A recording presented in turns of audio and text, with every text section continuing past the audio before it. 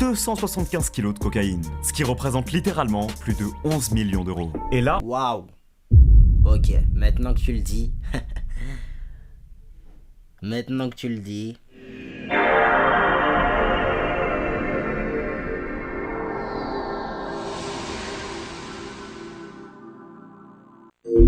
Postiché dans le noir en scred, on parle oseille, hein. Postiché dans le noir en scred, on parle oseille, hein. Je me confie à très peu, à mes vrais refrains. Je me confie à très peu, seulement aux vrais refrains, hein. Hey, celui qui met pas les couteaux dans le dos. Hey, celui qui met pas les couteaux dans le dos. Chacal, je vais pas ramener ma bitch, aller grailler au McDo. Non, non.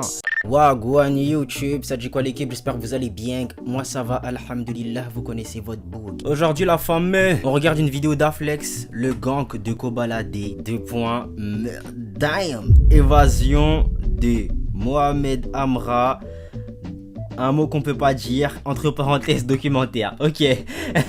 Autant dire que ça annonce du lourd. Voilà, je crois qu'on peut le dire. Installez-vous confortablement, petite boisson, petite collation. C'est parti, let's go la famille. De manière générale, les gens comparent souvent les rappeurs américains aux rappeurs français. En effet, il est connu qu'aux States, les rappeurs vivent réellement ce qu'ils disent dans la rue, étant donné que la plupart sont réellement des tueurs ou ont, au minimum, connu des enfances absolument horribles. Ça veut pas dire qu'en France c'est pas vrai non plus, hein. On a regardé le truc de Maes. Le mec est un criminel. Voilà, le mec est un fou. Voilà, je pensais que je pensais qu'on romançait un petit peu les choses, mais non, non. Il y a pas mal de textes qui sont vrais. C'est chaud, c'est assez chaud. Que ce soit Lil Durk qui a littéralement vu toute sa famille se faire tuer et sur qui j'ai réalisé 2 vidéos d'1 heure chacune. Young Thug qui a vu son frère se faire torturer à mort par la police juste devant lui alors qu'il avait seulement 9 ans et qui est par la suite devenu un chef de gang responsable de dizaines de meurtres, sur qui j'ai également réalisé 3 vidéos qui durent 1 heure chacune. Ou encore King Von qui a vu la quasi-totalité de ses proches mourir au fil de son enfance, ce qui l'a mené à devenir un tueur sans aucun sentiment qui allait assassiner des ennemis mais également des innocents par pur plaisir dans la rue. Et qui a... Ouais, c'était vraiment une menace ce mec. Faudrait qu'on se tape une vidéo de Sukuna, hein. C'est clairement Sukuna ce type. allait ensuite se moquer de leur mère et de toute leur famille qui pleurait sur Twitter. Sans parler de toutes les archives de caméras de surveillance où on le voyait battre extrêmement violemment chacun de ses co-détenus en prison. Tous des cas complètement hallucinants dont j'ai parlé sur ma chaîne finalement. Mais dans le rap français, j'ai l'impression que peu de gens semblent réaliser à quel point certains rappeurs baignent profondément dans la violence. Et parmi eux, je te garantis que Kobalade est de très loin l'un des plus impliqués dans la rue de toute l'histoire du rap français. Car en effet, bien que la plupart des gens ne s'en doutent pas une seule seconde, eh bien derrière la musique, ce dernier a fondé une véritable organisation criminelle nommée la Black Manjaak Family, réellement liée La Black quoi? La Black quoi? Une véritable organisation criminelle nommée la Black Manjaak Family. Bah c'est moche. C'est moche. Je vois que c'est inspiré voilà de Black Mafia Family, mais la nouvelle définition du M ne me plaît pas. Voilà, ça ne me plaît guère, hein. Réellement lié à de nombreux meurtres. Et fait partie d'un trafic de drogue international lié à Mohamed Amra, pesant au minimum plus de 100 millions d'euros. Raison pour laquelle Koba est entouré de gens extrêmement dangereux, capables de commettre des meurtres sur un coup de tête en pleine journée, dont nombreux d'entre eux sont soit morts, soit en prison pour des décennies. Comme le jour où son associé, nommé Dallas, est parti tirer sur un homme qui avait frappé son petit frère le jour même en pleine voie publique. Ce dernier décédera de ses blessures seulement quelques heures plus tard. Ou encore le jour où un proche de Koba, nommé Chacal, a assassiné un homme à la sortie d'une boîte de nuit et a ouvert le feu sur un deuxième homme. Tout ça pour une simple histoire de regard. Un homme lui aussi aujourd'hui en prison. Alors prépare-toi car aujourd'hui dans cette vidéo, je vais te montrer jusqu'où s'étendent réellement les relations dans la rue qu'entretient Kobalade et comment son succès est en réalité couvert de sang. Mais avant de commencer, laisse-moi te montrer comment je fais grave de l'argent de côté. Non mon gars, ça va aller. Juste dis-nous comment Kobalade il est fou et il fait des trucs de ouf. Juste dis-nous, on s'en fout de ça là.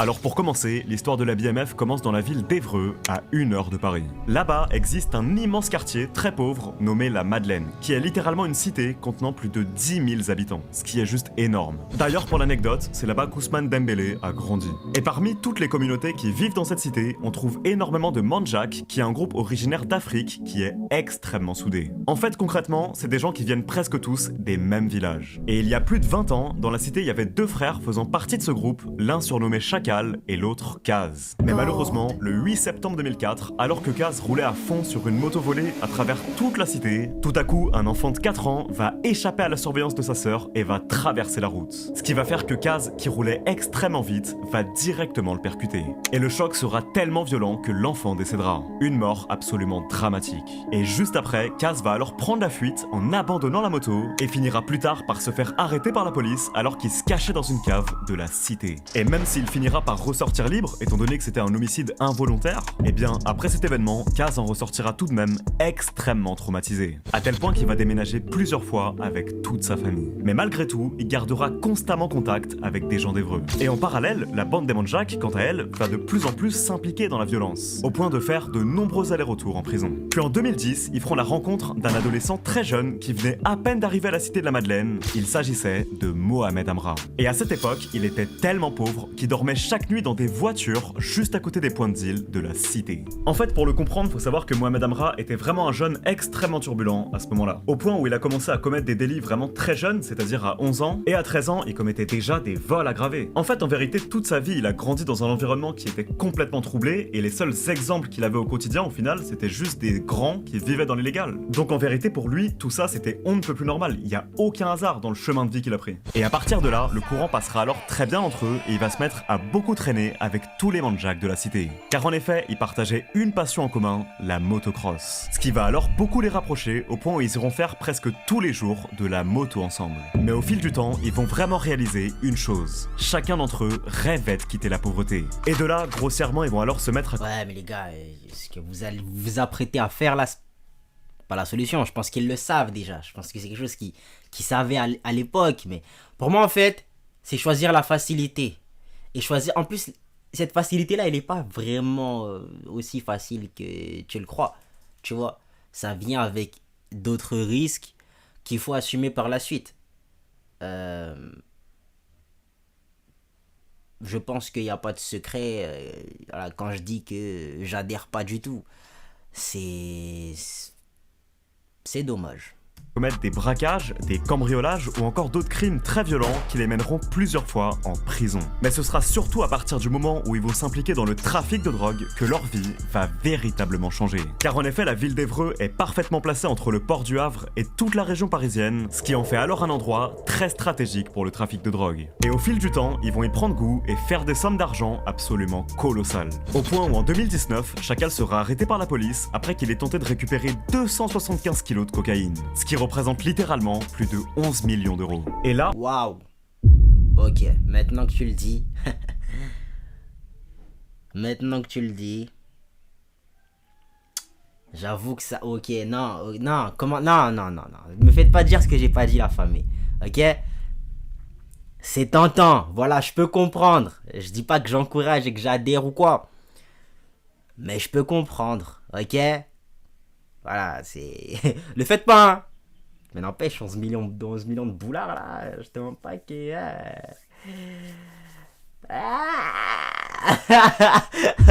On parle seulement d'une seule fois, alors imagine-toi tout l'argent qu'ils ont dû faire au total. En sachant que Mohamed Amra gérait vraiment des relations à l'international, je peux te dire que vraiment ça devait être hallucinant. Et dans ce groupe de Mandjak, il y en avait un qui était...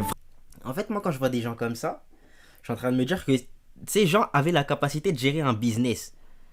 Ils ont décidé de choisir celui qui est illégal. Ils auraient pu vendre tout et n'importe quoi. Quoique, peut-être que les compétences demandées dans la vente de farine sont pas les mêmes demandées pour vendre des vélos. Ok, peut-être. Mais il y a des compétences qui sont nécessaires dans la vente de farine et dans la vente de vélos, j'en suis sûr. Et même, il y a des compétences qui sont nécessaires dans la vente de farine qui pourraient être très utiles dans la vente de vélos, j'en suis sûr aussi. Donc, ils auraient pu en fait gérer un business tout autre, Malheureusement, ils ont choisi celui qui est illégal. C'est dommage. C'est dommage, c'est des bons éléments. Des très bons éléments, punaise. Vraiment considéré comme le leader et l'un des plus craints de toute la cité, nommé Dallas. En fait, ce dernier était un ancien footballeur de haut niveau, mais au fil du temps, il a totalement sombré dans la violence. Au point où en 2020, un jeune Tchétchène de la cité entre dans un café. Lors de son entrée, il est bousculé par un autre jeune, nommé Philippe, et juste pour ça, ils commencent tous les deux à se battre. Or, le Philippe en question n'était d'autre que le frère de Dallas, et après avoir perdu la bagarre, il va directement l'appeler. Dallas déboule alors. Non, Chacal, c'est pas comme ça. C'est pas comme ça, t'as perdu la bagarre, tu ravales ton seum et tu repars. Tu ravales ton seum et tu repars. C'est pas comme ça la vie. Ok? Ah non, non, non, non, j'appelle mon frère. C'est pas comme ça la vie. Ok? Avec une Audi RS3 accompagnée de Mohamed Amra et va abattre le Tchétchène de plusieurs balles. Punaise, mais c'est une dinguerie, wesh. En fait, eux, prendre la vie de quelqu'un, c'est genre comme lui dire bonjour. Ils sont devenus insensibles de malades. C'est une dinguerie. Parce que là, en fait, c'est facile à dire dans la vidéo, mais il faut se rendre compte de la dinguerie que c'est. Tu vois pas, ils ont pris la vie de quelqu'un comme ça pour rien. Pour rien. Je suis même pas sûr que tu puisses justifier ce genre d'acte. Pour moi, tu peux le faire seulement si la personne en face aussi, elle a les mêmes intentions. En mode, elle aussi, elle veut t'enlever ta vie. Et que toi, pour ta survie, t'es obligé de faire comme ça. Mais frérot, pour moi, je suis pas sûr qu'il y ait d'autres raisons. Je vois pas comment tu peux justifier ça en fait. C'est vraiment, c'est une dinguerie. Tout ça pour une bousculade. À la base, ils se connaissaient même pas. C'est hallucinant. Et juste après, il prendra immédiatement la fuite, direction Marbella. Donc ça donne une bonne idée d'à quel point ils étaient capables de tout et n'importe quoi, et surtout sur un coup de tête. Parce que là, en soi, dans cette histoire, il y avait clairement rien à y gagner, mais dans ce cas, imagine-toi lorsqu'ils ont quelque chose à y gagner. Mais alors qu'ils étaient dans le monde de la violence, depuis tout petit, à partir de 2022, ils vont soudainement entrer dans un nouveau monde, celui du rap français. Car en effet, Kaz et Chacal, qui avaient déménagé après avoir tué un enfant de 4 ans sur la route, avaient en fait fait la rencontre de Kobalade seulement quelques temps avant. Et un beau jour, ce dernier va revenir vers eux car il avait un gros problème dans sa carrière. En effet, Koba venait tout juste de découvrir que son manager Duspi lui avait volé de très grosses sommes d'argent. Ce qui était une énorme trahison pour le rappeur, qui plaçait une confiance aveugle en lui depuis qu'il était tout petit. De là, Koba va alors réunir... Ça c'est dingue, ça c'est dingue. Et c'est pour ça, moi, les trucs comme ça fait flipper. Genre, même si j'ai l'impression que dans mon cercle, il y a des gens de confiance. Mais imagine, je me trompe. Ça veut dire, je peux pas faire confiance aveuglément. Genre, même si je te fais confiance, frérot, il y aura des contrôles. Il y aura des contrôles, faut que je regarde que t'es pas en train de me la faire à l'envers, tu vois. Il y aura des contrôles, frérot. Il faut pas commencer à t'énerver en mode ouais, tu me fais pas confiance, ici, cela. Parce que si tu commences à réagir comme ça, c'est exactement le genre de comportement qui va me faire dire il y a anguille sous roche, tu vois. Donc, ouais. Confiance, pas confiance. Il y aura des. Enfin, surtout s'il n'y a pas de confiance, d'ailleurs, il y aura des contrôles. Mais il faut qu'il y ait des contrôles, Chacal. 4 hommes, dont Chacal, et ils vont tous débouler chez Duspi et le tabasser extrêmement violemment pour le forcer à faire de gros virements afin de rembourser Koba. Une chose dont il parlera d'ailleurs lui-même en musique. Quand je revois sa tête, j'ai le démon, je veux le traîner, mais faut que j'attende mes dames. Je suis toujours en attente de jugement. Pourtant, je faisais bien, donc sur un coup de tête, j'ai niqué l'ancien manager. Quand j'ai commencé la musique avec les autres, j'étais en mode quoi? Moi, je m'occupe du studio et vous gérez la paperasse. C'est impôts, c'est tous les banques, c'est tout.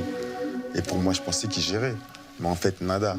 Quand j'ai commencé à vouloir récupérer un appart et que je leur ai demandé les fiches d'impôts, ils étaient bizarres, t'as vu ou pas? Ils me faisaient tourner en bourrique, en bourrique, en bourrique, en bourrique. Un jour, j'ai craqué. Je suis allé moi-même à la banque, j'ai récupéré les relevés, j'ai fait mes démarches, j'ai vu un comptable, j'ai vu un avocat, tatati tatata, et je me suis rendu compte de plein de choses. Je suis tellement... En fait, je suis tellement à même de tomber dans ce genre de situation parce que moi, ma flemme administrative est très puissante, les gars. Elle est très très puissante. Ça veut dire qu'il y a un frérot dans l'entourage, il me dit ouais, t'inquiète, je t'enlève cette charge-là. Les gars, je vais m'en débarrasser très facilement. Et il pourra très bien profiter de cette situation-là pour me la mettre à l'envers, justement. Donc, moi là, dans ma situation, je sais que c'est des situations qui peuvent m'arriver. Si jamais ça pète et que je me dis, ouais, je vais mettre quelqu'un à côté pour pouvoir être plus productif. Tu vois? Et lui derrière, il va becter sans me dire. Chacal, non, on est censé être comme ça, tu vois. Moi, je becte, toi, tu bectes. Toi, tu bectes, moi, je becte. T'as vu? Commence pas à vouloir la mettre à l'envers. C'est bizarre, chacal. C'est bizarre ce que tu fais. Tu vois ce que je veux dire? Punaise. Et tu tombes de haut. Ça fait mal au cœur, gros. Je te jure, je souhaite ça à personne, frère. Parce qu'en fait, t'as pas été payé? C'est même pas question de ne pas être payé. J'ai reçu de l'argent, tu vois. Mais déjà, il y a de l'argent qui a été détourné, énormément d'argent. Et il n'y a rien qui a été fait, en fait. C'est-à-dire les impôts, les trucs. Il y a eu plein de bluffs, des faux contrats, des contrats signés à ma place, des RIB qui sont pas les biens. Ça veut dire que des sous, ils venaient pas sur moi, ils venaient là-bas. Ça veut dire que quand je regarde les contrats, quand je regarde les fiches, quand je regarde ça, je me dis, mais en fait... Depuis le début, ils étaient en train de me baiser. Et une fois que ce problème sera réglé, Koba va énormément se rapprocher des Mandjak, et particulièrement de Kaz et Chacal, qui seront ses nouveaux managers. Une chose qui les mènera alors à créer ensemble ce qui a tout l'air d'une organisation purement criminelle nommée la BMF, qui veut dire mot pour mot la Black Mandjak Family. D'ailleurs, bon, c'était quand même à une toute autre échelle, mais ça me rappelle beaucoup Young Thug qui avait fait la même chose, mais quand même en 1000 fois pire, puisqu'il y a des années, en fait, faut savoir que Young Thug a réunifié 4 gangs d'Atlanta sous une seule et même organisation criminelle, qui est donc officiellement son label, qui s'appelle YSL, mais qui est en vérité un énorme gang. Et au fil des années, ils ont... C'est pas vrai. Toi, tu crois? Moi, non. Bon, en vrai, c'est plus un secret, voilà. Mais Young Thug, il a dit que c'était pas un gang. Gunna, il a dit que si, c'est vrai, mais Young Thug, il a dit que c'était pas un gang. Ouais. Commis énormément de meurtres car Young Thug a fait la guerre à tous les gangs d'Atlanta à lui seul. Mais bref, c'est clairement une histoire de malade mental, mais si ça t'intéresse, j'ai déjà fait 3 vidéos d'1 heure chacune où je raconte toute l'histoire. D'ailleurs, je te recommande fortement d'aller les voir, c'est super intéressant. Si parce que pour le coup, c'est vraiment des vidéos où j'explique tout en détail et je traite même, j'ai même traité l'histoire de manière super juridique. Ainsi, officiellement, la BMF est une entreprise à multiples facettes, ayant notamment été créée le 1er juin 2022, mais dans l'ombre, si on creuse bien, ça a tout l'air d'une organisation criminelle extrêmement impliquée dans le trafic de drogue international, ainsi que le trafic d'armes. J'ai entendu dire qu'il y avait des artistes qui utilisaient leur carrière pour blanchir justement l'argent du business auxiliaire, entre guillemets, tu vois ce que je veux dire, ou du main business en vrai. J'avais entendu ça pour PNL, mais bon, je n'ai pas de preuves, donc prenez mes paroles avec des pincettes. Ou encore le blanchiment d'argent, et qui est même responsable de plusieurs assassinats. Et par ailleurs, l'organisation est uniquement composée de noirs. C'est-à-dire que Mohamed Amra est vraiment la seule exception, car il a grandi avec eux depuis qu'il est tout petit, mais sinon, c'est absolument impossible de le rejoindre sans être noir de peau. Et évidemment, tout ça est entièrement inspiré de la Black Mafia Family, qui était l'une des plus grandes organisations criminelles de toute la planète, fondée par Big Meech. En 2022, Koba était donc uniquement entouré de membres de la BMF, et a complètement coupé les ponts avec son ancien quartier. Il y a BMF autour de ton cou? Ouais. Explique-moi. Black, Mandjak, Family. Donc c'est pas le même M? Non. Black, Mandjak, Family. Pas Mafia, Mandjak. Que des Mandjak, mon gars. Et ouais, et que ce soit ici ou de l'autre côté du péage ou TAC. Parce que les Incs, on est tous ensemble. C'est une big famille, t'as vu? Année durant laquelle Koba sera d'ailleurs Comment il en parle, t'as l'impression que frérot il est gentil. Un giga criminel. impliqué dans une bagarre en sortie de boîte, après que lui et 3 membres de la BMF aient été filmés en train de frapper extrêmement violemment plusieurs hommes, dont 2 qui ont carrément fini inconscients à l'hôpital. Raison pour laquelle Koba sera alors incarcéré en prison, où il va se retrouver dans la même cellule que Mohamed Amra, étant donné qu'ils avaient tous les deux des amis en commun dans la BMF. Il ressemble à ça maintenant le frérot. Punaise, l'argent rend pas tout le temps beau, hein. Dingue, ils sont passés les 11 millions d'euros de farine, wesh. Mais plus tard, il sera néanmoins transféré à une autre prison. Ça veut dire que même quand je suis arrivé à la santé, il y avait déjà la BMF, qui avait déjà un gars de la BMF là-bas, t'as vu ou pas? Ça veut dire que j'étais tranquille, voilà. On est partout, nous. Partout.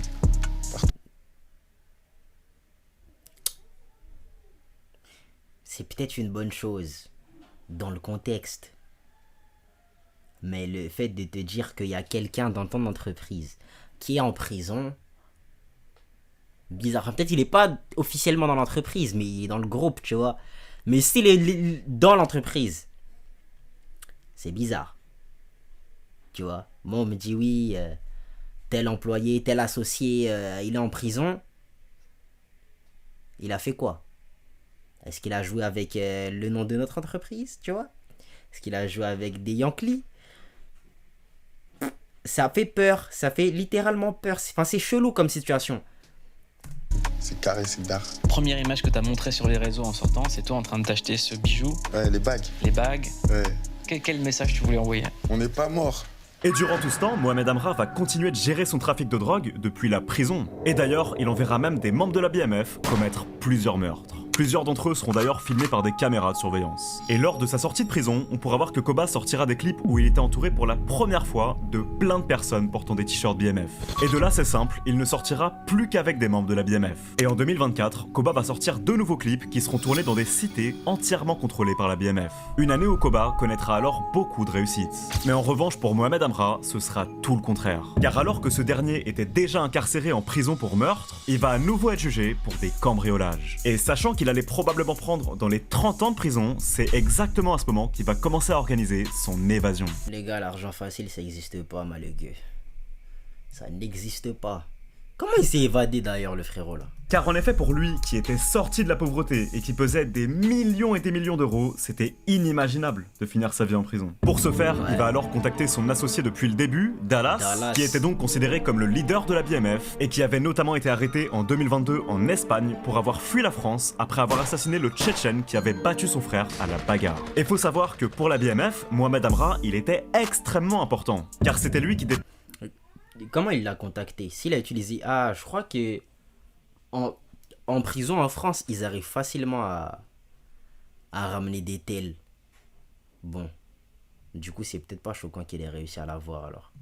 tous les filons et entretenait toutes les relations internationales dans le trafic de drogue. Alors de là, la BMF va réunir un commando d'élite composé de 9 hommes originaires d'Évreux qui seront chargés d'aller le libérer. Et pour ça, ils vont alors commencer par voler 3 véhicules. Une BMW volée sur le Bon Coin, une Audi S5 volée en Seine-et-Marne, et enfin une Peugeot 5008 volée en Seine-Maritime. Les gars, on est dans GTA ou quoi là? Y'en a pour qui c'est pas un jeu, wesh. Ensuite, un ami d'enfance de Mohamed Amra va se rendre dans un bricot-dépôt afin d'aller chercher des outils qu'il ira jeter le lendemain dans la cour de prison. Et ce afin qu'Amra puisse les récupérer pour scier les barreaux de sa cellule. Toutefois, ce plan va tomber à l'eau car les gardiens remarqueront le jour même que ces barreaux étaient tous endommagés. Et du coup, ils vont tout simplement le changer de cellule. Et donc, en voyant que son plan n'avait pas marché, Mohamed Amra va alors refaire appel au commando et cette fois, ils vont décider de le libérer par la force. Ainsi, ils décideront alors de passer à l'action le 7 mai lors du transfert de Amra vers le tribunal de Rouen. Mais cependant, une femme qui passait dans la rue va les apercevoir tous cagoulés dans leur voiture et va immédiatement appeler la police qui va tout de suite intervenir. Bah Mais ouais, cependant... les refs, wesh, tu fais ça, dehors, on va te cramer le sein. On va te cramer. Ils réussiront tout de même à prendre la fuite grâce à leur puissant véhicule. Oui, mais ils vont pas choper Mohamed. Après ça, Mohamed Amra va alors décider de reprogrammer un nouveau plan et cette fois il va... Lâche le steak, frérot, lâche le steak, y a rien à faire. Y a rien à faire, peut-être c'est écrit. C'est écrit, tu vas finir ta vie en prison, c'est comme ça. En plus, en faisant des tentatives comme ça, si ça foire, tu vas encore plus finir ta vie en prison. Tu vois? Donc frérot, abandonne au bout d'un moment donné, wesh. A tenté de s'échapper de lui-même. Mais les agents de prison remarqueront la présence suspecte de drones et de voitures télécommandées qui lui apportaient du matériel. Puis le 13 mai... Attends. Quoi? Présence suspecte de drones et de voitures télécommandées qui lui apportaient du matériel. Non, ils sont innovants. Franchement, faut applaudir l'innovation. Dingue. Puis le 13 mai, les gardiens découvriront une nouvelle fois que les barreaux étaient sciés dans sa cellule. Le lendemain, Amra est alors transporté jusqu'au tribunal pour être jugé, et cette fois, le commando décide définitivement d'employer la manière forte. Ce jour-là, 2 guetteurs de la BMF s'installent alors sur le café qui est juste en face du tribunal pour surveiller le départ du convoi de police, et à ce moment précis, l'un d'entre eux décide de prendre un jus d'orange. Et même s'ils ne le savent pas encore, ce simple verre sera l'une des 2 erreurs qui leur seront fatales. Car le simple fait de l'avoir bu, ça va laisser des empreintes qui pardonneront clairement pas. Et tu vas voir que la manière dont ça va les rattraper, c'est complètement lunaire. Suite à ça, l'escorte qui transporte Mohamed Amra quitte alors le tribunal, et dès cet instant, les 3 véhicules du commando se préparent alors et se positionnent chacun à des endroits stratégiques. D'une part, la Peugeot 5008 se positionne alors à la sortie d'un péage, tandis que les 2 autres voitures de sport suivent de très près le fourgon. Et ainsi, une fois que le convoi arrive au péage, dès la seconde où ils passent la barrière, la Peugeot 5008 leur fonce dessus et les percute. Tandis que l'Audi se trouve de l'autre côté du péage afin de les empêcher de faire marche arrière. De là, 5 hommes du commando sortent alors des véhicules et se mettent à ouvrir le feu à volonté sur le convoi, tous armés de fusils d'assaut, et l'un d'entre eux assassine alors... Ils ont pas peur de tuer la personne qui sont censés genre sortir du fourgon? J'aime pas la stratégie, les gars. Je vous appellerai pas pour me faire évader de prison, perso. Froidement, 2 agents pénitentiaires dans le convoi, tandis que les autres s'occupent de canarder tout le reste, et réussissent finalement à libérer Mohamed Amra. Et juste avant de s'enfuir, ces derniers vont mettre le feu à la Peugeot 5008, mais au lieu d'entièrement s'enflammer, la voiture va simplement exploser. Cela sera ainsi la deuxième erreur qui leur sera fatale, car cet imprévu va laisser énormément d'empreintes derrière eux. Puis juste après, ils vont alors tous disparaître dans la nature à bord des 2 voitures de sport. Et lorsque les ambulanciers vont arriver, le constat sera dramatique. 2 agents pénitentiaires seront morts et 3 autres finiront paralysés à vie. Waouh. Les gars, c'est une dinguerie. J'ai pas les mots, franchement.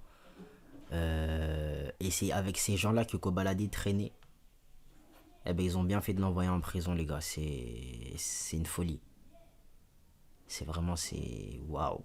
C'est alors le début de l'une des plus grandes traques de toute l'histoire. Un important trafiquant de drogue s'appelle Mohamed Amra. Lui et ses 4 complices sont toujours recherchés. Il est ce soir l'homme le plus recherché de France. Il est 11h.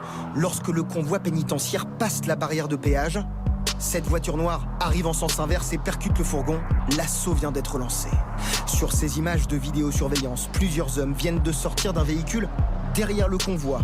Puis les passagers de la voiture bélier sortent à leur tour. Les gars, ils sont à découvert de malades. J'aurais jamais fait ça, les gars. C'est une folie. Ils n'ont laissé aucune chance aux fonctionnaires à l'avant du fourgon. Au même moment, le passager d'un bus filme également la scène. Les 2 hommes sur l'image... Ils sont au courant qu'ils auraient pu, ne pas enlever... ne pas prendre la vie de ces gens. Ils auraient pu juste menacer... quelqu'un qui veut vivre. Franchement, ça en vaut pas la peine, hein. Prends-le, ton Amra, là, on s'en bat les steaks, prends-le, moi je veux vivre. Je veux vivre, frérot, t'as pas besoin de faire tout ça. Vraiment. La vérité, je le dépose où tu veux, le frérot. Tu m'appelles, tu me dis, je le dépose. Y a pas de galère. Y a pas à faire les trucs comme ça, wesh. Billets en noir sont lourdement armés. Quelques secondes plus tard, les malfaiteurs ouvrent la porte du fourgon pour faire évader un détenu, escorté du tribunal de Rouen vers la maison d'arrêt d'Évreux. On le voit ici, se jeter hors du fourgon. Un des assaillants met le feu à la voiture bélier, puis l'équipe de malfaiteurs prend la fuite, notamment à bord de cette voiture blanche. Plein de sang, regarde là-bas, regarde 2 mecs, regarde. Sur le péage, la circulation n'est toujours pas coupée. Les occupants d'une voiture filment la scène, sidérés, devant les corps inanimés de 2 fonctionnaires. C'est ce bordel. Oh, il y a un flic par terre et tout. Les 2 voitures qu'ils ont utilisées ont été retrouvées cet après-midi, incendiées à 2 endroits différents, une à Parville, l'autre à Gauville-la-Campagne. 2 fonctionnaires ont perdu la vie dans cette attaque, 3 autres ont été blessés, dont 2 grièvement. Mohamed Amra et son commando armé sont désormais considérés comme des cibles prioritaires pour les centaines d'enquêteurs lancés à leur trousse. À ce moment, pour la police, il n'y a aucun doute, ceux qui étaient derrière cette évasion étaient vraiment des professionnels. Car l'opération a été exécutée presque parfaitement. Et les enquêteurs vont obtenir une première piste très rapidement, car en effet, un témoin qui se trouvait au bar situé juste en face du tribunal de Rouen va leur confier que juste avant qu'ils partent, il avait remarqué 2 hommes habillés tout en noir au comportement très étrange. Et le témoin avait pris le soin de conserver le jus d'orange que l'un des 2 hommes avait commandé. Et ce qu'il va faire, c'est que plus tard, il va le donner à la police. Ça, c'est une belle poucave. Non, moi, j'aime le genre de... On t'applaudit, frérot. Tu as bien fait. Ça, c'est du bon taf de poucave. Poucave, c'est pas une mauvaise chose, hein. Dans une situation comme celle-là, c'est pas du tout une mauvaise chose. Ça, c'est un très très bon comportement de poucave que j'encourage. Voilà. Et du coup, après les études de la police scientifique, ils vont finalement réussir à retrouver les empreintes d'un homme de la BMF nommé Alexandre. Ce qui va ainsi instantanément le condamner à des années de prison. Puis concernant la Peugeot 5008, étant donné qu'elle n'avait pas été correctement incendiée, les enquêteurs vont y découvrir plein d'objets, tels qu'un cocktail Molotov. Et après des analyses, ils retrouveront également les empreintes ADN de 2 proches de Mohamed Amra. Et rien qu'à partir de ces 3 personnes, la police va réussir à dresser un tableau de plus de 70 suspects, étant chacun relié à Mohamed Amra. Ce qui est complètement dingue, puisque finalement, s'il n'avait pas commis ces deux erreurs, peut-être que aucun d'entre eux n'aurait fini par se faire prendre. En sachant qu'aujourd'hui, tu vas voir que cette histoire s'est très mal terminée pour tous les concernés. Et durant tout ce temps, Amra sera lui en réalité caché dans un Airbnb juste à côté de la scène du crime. Et en prenant le soin de garder les volets constamment fermés. Et c'est un truc de dingue, puisqu'un plombier qui avait réalisé une réparation dans ce même logement aurait plus tard déclaré qu'il pensait avoir vu Mohamed Amra en train de dormir dans un lit. Mais quoi qu'il en soit, la police va alors mettre sur écoute une quantité absolument colossale de personnes, mais ils seront vraiment impressionnés par le degré de prudence que chacun des suspects va adopter. Car en effet, chacun d'entre eux savait exactement par quel moyen communiquer pour ne laisser aucune trace. Et parmi toutes ces personnes qui auront des centaines de discussions, le nom de Mohamed Amra ne sera même pas prononcé une seule fois. Mais en revanche, plus tard ils vont découvrir que Chacal, qui est le proche de Koba et de Mohamed Amra, était en fait celui qui avait payé le Airbnb. Et ce dernier va assassiner un homme sur un coup de tête à la sortie d'une boîte de nuit et va cribler de balles un deuxième homme. Tout ça alors qu'il était accompagné d'Alexandre, qui était donc celui qui avait justement bu le jus d'orange. Chacal sera alors immédiatement arrêté sur le coup. Et Alexandre on a la raison de son pétage de câble à la sortie d'une discothèque là. Parce que ça les amuse vraiment de faire les trucs comme ça, j'ai l'impression. Hein. Faut que je charge mon tel, attendez. Les gars, c'est... Vraiment, il y a des psychopathes dehors. Hein. Bu le jus d'orange. Chacal sera alors immédiatement arrêté sur le coup et Alexandre partira directement en cavale. Et seulement quelques semaines après, Kaz, qui était le grand frère de Chacal, va se retrouver dans un véhicule avec deux autres membres de la BMF. Et ils vont faire un énorme accident, au point où le choc sera tellement violent que les trois jeunes décéderont sur le coup. Ce qui sera un énorme coup dur pour la BMF. Franchement, je veux pas me réjouir de la mort de qui que ce soit. Hein. Mais vu les actes de ces gens-là, j'ai presque envie de dire que... Je sais pas.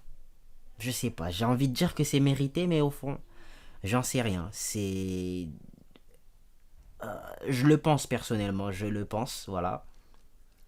Mais je ne suis personne pour pouvoir juger cela.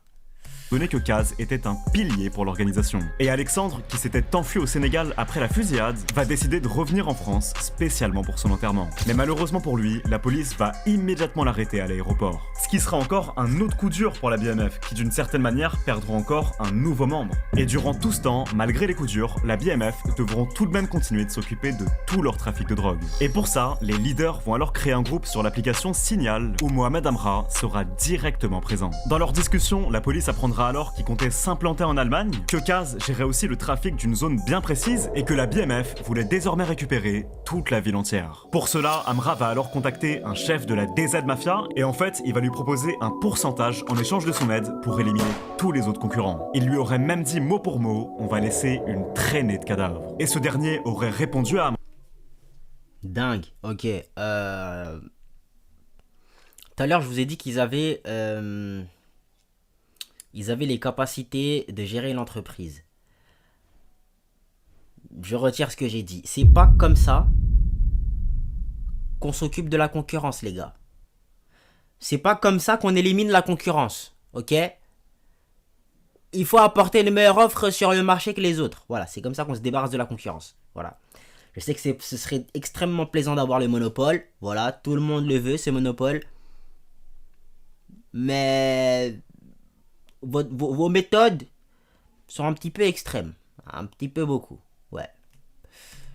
J'ai un sicard sur place, il descend qui on veut. Et durant tout ce temps, alors qu'ils parleront sans aucune gêne de tous leurs crimes, eh bien les enquêteurs vont tout espionner et ils vont vraiment réussir à arrêter énormément de membres de la BMF. Or à ce moment, Mohamed Amra planifiait de quitter la France et pour cela, il va se servir d'un ancien ami à lui, à qui à l'époque il avait vendu une moto, mais que ce dernier ne lui avait jamais payé. En gros, son pote l'avait arnaqué à l'époque, il a jamais payé la moto. Et là du coup, Amra s'est souvenu qu'il avait fait le bâtard à l'époque et il l'a recontacté des années plus tard. Autrement dit, c'est sûrement le plus gros karma que le mec ait jamais eu. Alors Amra va décider de l'appeler et va lui dire que s'il ne l'aidait pas à quitter la France pour la Roumanie, eh bien il ferait du mal à chacun de ses enfants. Et en prenant le soin de bien lui envoyer une photo de sa famille. Terrifié, l'homme finit alors par accepter et Amra lui donne 10 000 € pour qu'il aille jusqu'en Roumanie, lui trouver un logement et qu'il revienne le chercher avec une voiture puissante. Or, l'homme en question ne voulant pas faire cette mission lui-même, va alors proposer à un Albanais de sa cité de le faire à sa place, et vu qu'il était vraiment en manque d'argent, ce dernier va directement y aller avec sa femme. Une fois sur les lieux, l'Albanais prendra alors une résidence de luxe à Bucarest, tandis que l'ancien ami de Mohamed Amra ramènera quant à lui une Mercedes à Mohamed Amra, qui conduira d'ailleurs lui-même tout le trajet. Puis début 2025, les enquêteurs finiront alors par retrouver sa trace grâce à sa puce. Et de là, ils vont alors découvrir qu'il avait traversé 3 pays. D'abord l'Allemagne, la Autriche et la Hongrie, pour finalement atterrir en Roumanie. Et en vérité, il avait réussi à passer tous les contrôles grâce à une fausse carte d'identité. Et de là, la police française signale alors immédiatement à la police roumaine que Mohamed Amra est présent sur leur territoire et qu'ils doivent absolument le trouver. Et après de longs jours de recherche, ils réussiront finalement à le retrouver dans les archives d'une caméra de surveillance avec une toute nouvelle apparence. Puis 9 mois plus tard, sa cavale prendra alors fin et la police roumaine réussit. Avec le sourire, mais ces gens sont vraiment des psychopathes, wesh. C'est vraiment des psychopathes, les gars, c'est une dinguerie.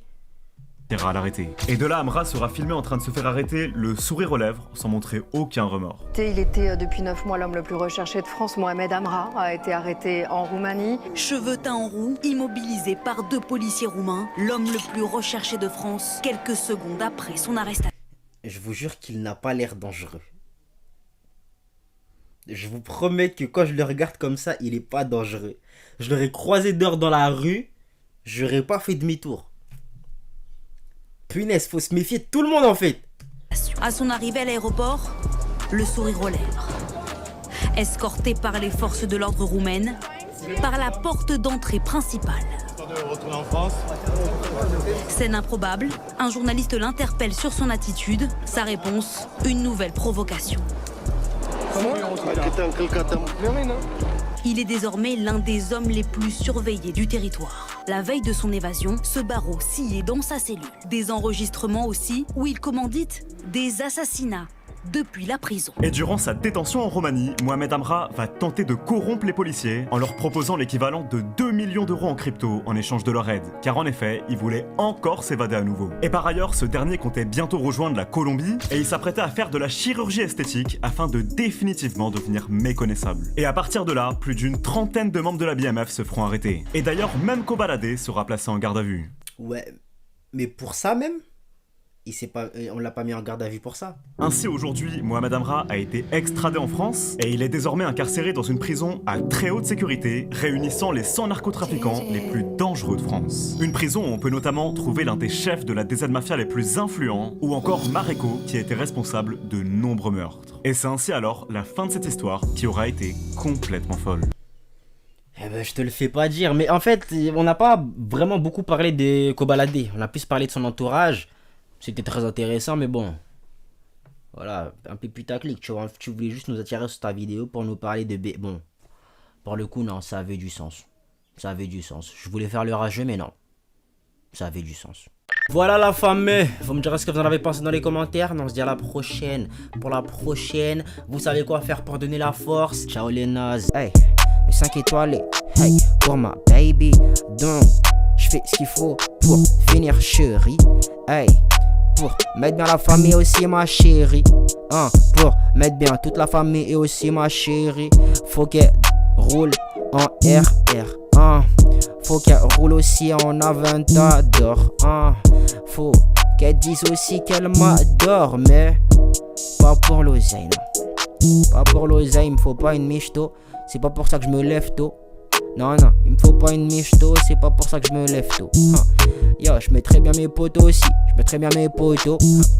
Yo, ce qu'il y avait dans les photos quand j'étais broke sa mère.